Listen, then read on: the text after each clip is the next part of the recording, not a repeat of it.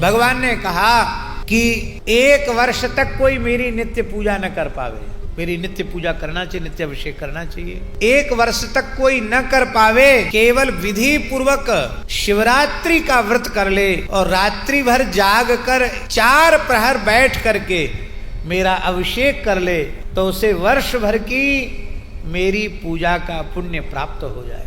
इसलिए शिवरात्रि के दिन प्रमाद नहीं करना चाहिए। शिवरात्रि को अवश्य ही रात्रि जागरण करना चाहिए, और रात्रि जागरण के लिए भी दिन में सोना नहीं चाहिए। दिन में सो गए तो व्रत नष्ट हो जाएगा, और रात्रि को सो गए तो व्रत नष्ट हो जाएगा। 24 घंटे जगना है, सब चीज का त्याग करना आना। कभी हमारे यहाँ सब तरह की तिथियां हैं। एकादशी को भोजन का त्याग, अन्न का त्याग, और एक ऐसी एकादशी आती जिस दिन जल का भी त्याग, निर्जल एकादशी। इसी तरह से निद्रा का त्याग। महीने में 2 एकादशी होती है महाराज जी। जैसे 4 प्रहर भगवान शिव की पूजा का विधान है, ऐसे ही प्रत्येक एकादशी में शालिग्राम जी की रात्रि जागरण 4 प्रहर पूजा का विधान है। लेकिन हम लोग तो एकादशी नाम की एकादशी करते हैं। एकादशी आने के पहले विचार करना शुरू कर देते हैं कि अब एकादशी आएगी, क्या फलाहार में बनाएंगे। बोल रहे हैं एकादशी व्रत 3 दिन का है।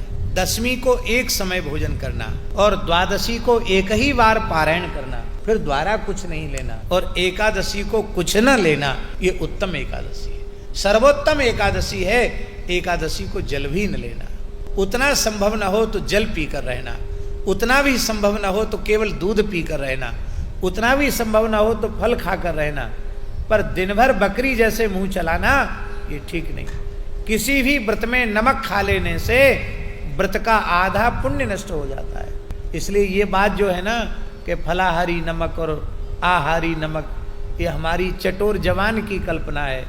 व्रत में शास्त्र दृष्टि से नमक मात्र वर्जित है। किसी भी प्रकार के नमक का प्रयोग व्रत में नहीं होना चाहिए। तो लोग टमाटर भी खाएंगे व्रत में, भिंडी भी खा लेंगे, मेथी भी खा लेंगे।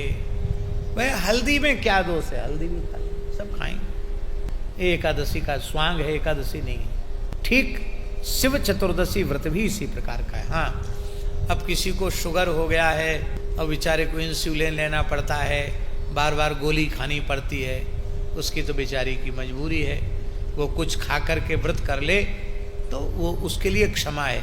पर स्वस्थ शरीर वाले व्यक्ति को पूर्ण निष्ठा से ही व्रत करना चाहिए।